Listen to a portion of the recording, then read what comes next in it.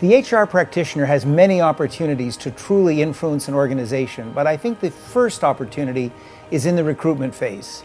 And I would recommend that the recruitment really look at three specific things. The first is cultural fit.